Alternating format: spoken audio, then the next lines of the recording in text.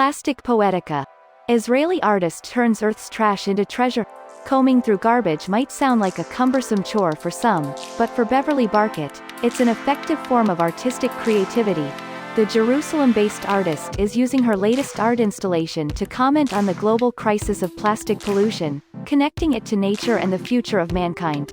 Her latest art installation, Earth Poetica, is set to be displayed at the Gottesman Family Israel Aquarium in Jerusalem starting Sunday, February 6 for 6 months before heading to other cities around the world, and ending its run at the New World Trade Center complex in New York. For Barkett, the wife of former Jerusalem Mayor Nir Barkett, it's the first solo exhibit in Israel in 5 years. Born in Johannesburg, South Africa to parents who were ceramists, she came to Israel at 10 and studied at the Bezalel Academy of Arts and Design, but later focused on raising 3 daughters as her husband carved out a role as an entrepreneurial and political career. Later, she concentrated on architectural projects, studied drawing and painting with Israeli painter Israel Hirschberg and learned glass blowing in the Czech Republic. She also sculpted clay and learned jewelry design. Today, Barkett is a renowned artist skilled with oil paint, clay, metal, and glass, who has showcased her art in cities like Taiwan and Tel Aviv. She knew that she wanted to work with plastic waste after seeing a documentary where poor children waded through the plastic waste that had washed up on the seashore. They were scavenging for treasure and the picture stayed in my mind and haunted me, making me think, is this the heritage we are bestowing on the next generation? Barkett tells No Camels. The image haunted her and stood in stark contrast to the experiences she had as a child walking on the beach and picking up seashells in South Africa, where she lived until she was 10.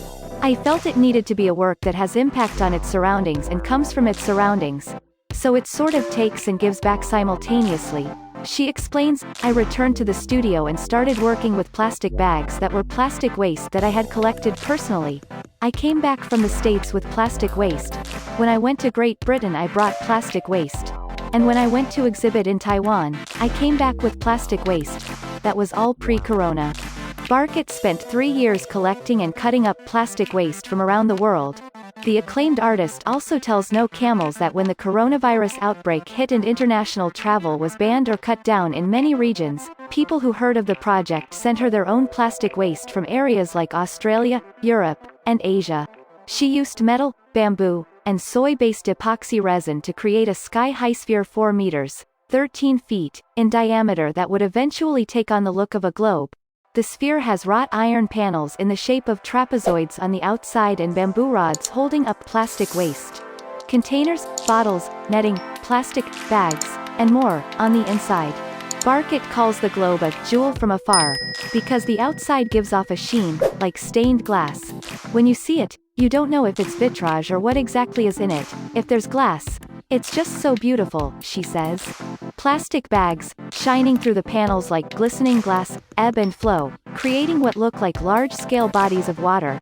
There are 5 garbage patches within the layers of waste to represent the currency in the oceans that are growing because of us. Barkett says.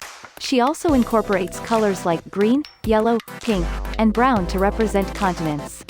When it comes together and you steer it as a beautiful jewel, you open up to it and then you can experience it, only when you go closer up to it from the outside, and you start seeing graffiti, like words, images, that you will start to say, wait, where's the plastic?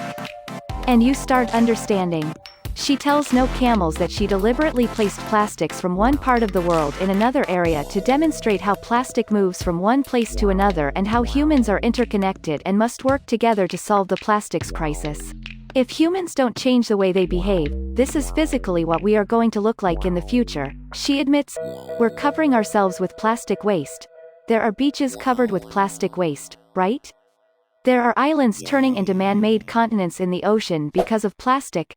I'm saying, this is the future. It's a scary notion that this is our direction. It's sort of a mirror into what we are doing to ourselves. Barkett is adamant that she is not giving a solution for fighting the plastic pollution problem. Instead, she says she is raising a dialogue to create change. I'm raising something that, through my art, people will be emotional about. And if you're emotional about something that sticks with you, if you feel it in your guts, if you go through some kind of interaction with it, it'll stay with you and then be burnt into your memory, she explains.